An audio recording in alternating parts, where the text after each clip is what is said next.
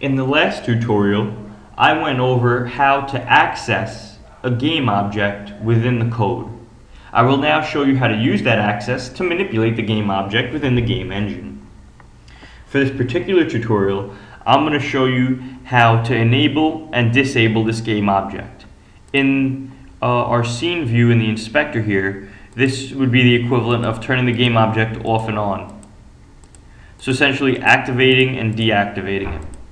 If the game object is deactivated, it's basically, it will still exist here and be able to be turned back on within the game, but in deactivated mode, it will no longer interact with game objects in the game world until it is turned back on. Please note that this is different from completely deleting the game object, as the internal engine still recognizes that this game object exists. It just doesn't allow it to interact with any other game objects and keeps it grayed out and deactivated. However, we can reactivate this, and that's an important point to note, that we're not just deleting this game object altogether. Now let's go into script 1. So I'm going to open up this script by double clicking it. Now you'll see here that we have our public game object cube, which we've attached to our cube object. Now I'm going to use setActive to change this game object, to change the state of this game object. So what I want to say in update, I want to say if, and then I'm going to do something to make this actually get a key press. If input.getKey, then I'm going to say keycode.q.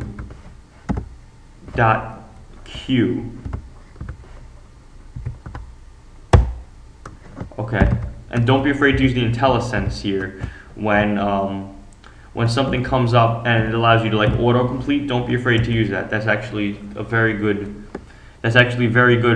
if you're starting out until you get the hang of all the syntax and how to type it out by hand. So now we have if input. So if the user presses the Q key, I simply want to toggle this game object on and off. I want to make it enabled and then disabled. So what I'm going to do is I'm going to say cube.setActive. Then I'm going to say equals false. Actually, I'm going to, in parentheses here, I'm going to say false. Okay, so let's see what that does. So I'm going to save this script, save and quit. And now I'm going to come up here to my cube. I'm going to enable it. Now I'm going to hit play and enter my game view. Now you'll notice here that if I hit the Q key, my cube disappears. That is because of the script that we have attached to the cube, which says that if we press the Q key, get rid of it. And actually the script right now is actually attached to the main camera. So that's actually with this script, where the script's attached, but it's linked to this cube right here. So I actually want to change this a little bit. So I'm going to reopen script 1. Because I don't just want to turn the cube off. I want to turn the cube off and on. So I'm going to actually copy this piece of code, and now I'm going to paste it beneath it. And you'll notice that if you're having problems with this, please make sure that you put this inside of the update function. Right? If you put this inside of the start function, this won't work. You need to put this inside of the update function, because update is called once per frame. This is our game loop.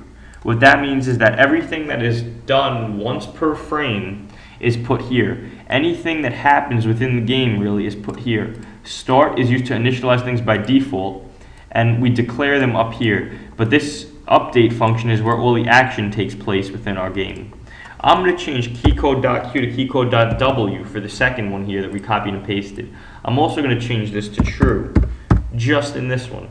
So now if we press the Q key, our cube should disappear. But if we press the W key, our cube should appear. Now I want to save and quit. And you could also use Control S with that. Now I'm going to hit play. And I want to hit the Q key, and our cube disappears. If I hit the W key, our cube reappears.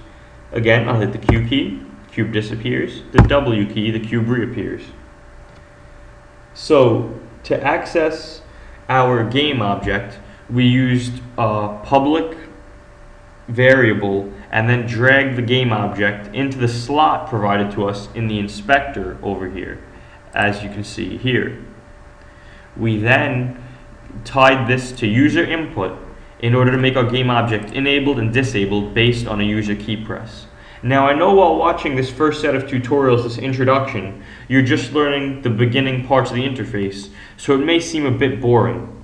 But don't worry, in future tutorials we're going to be using the techniques taught here as well as some additional techniques in order to build fully functional 2D and 3D games. Now this is going to be a lot more engaging once we start putting together all these different functionalities and you start learning how everything ties together and to make a fully functional game.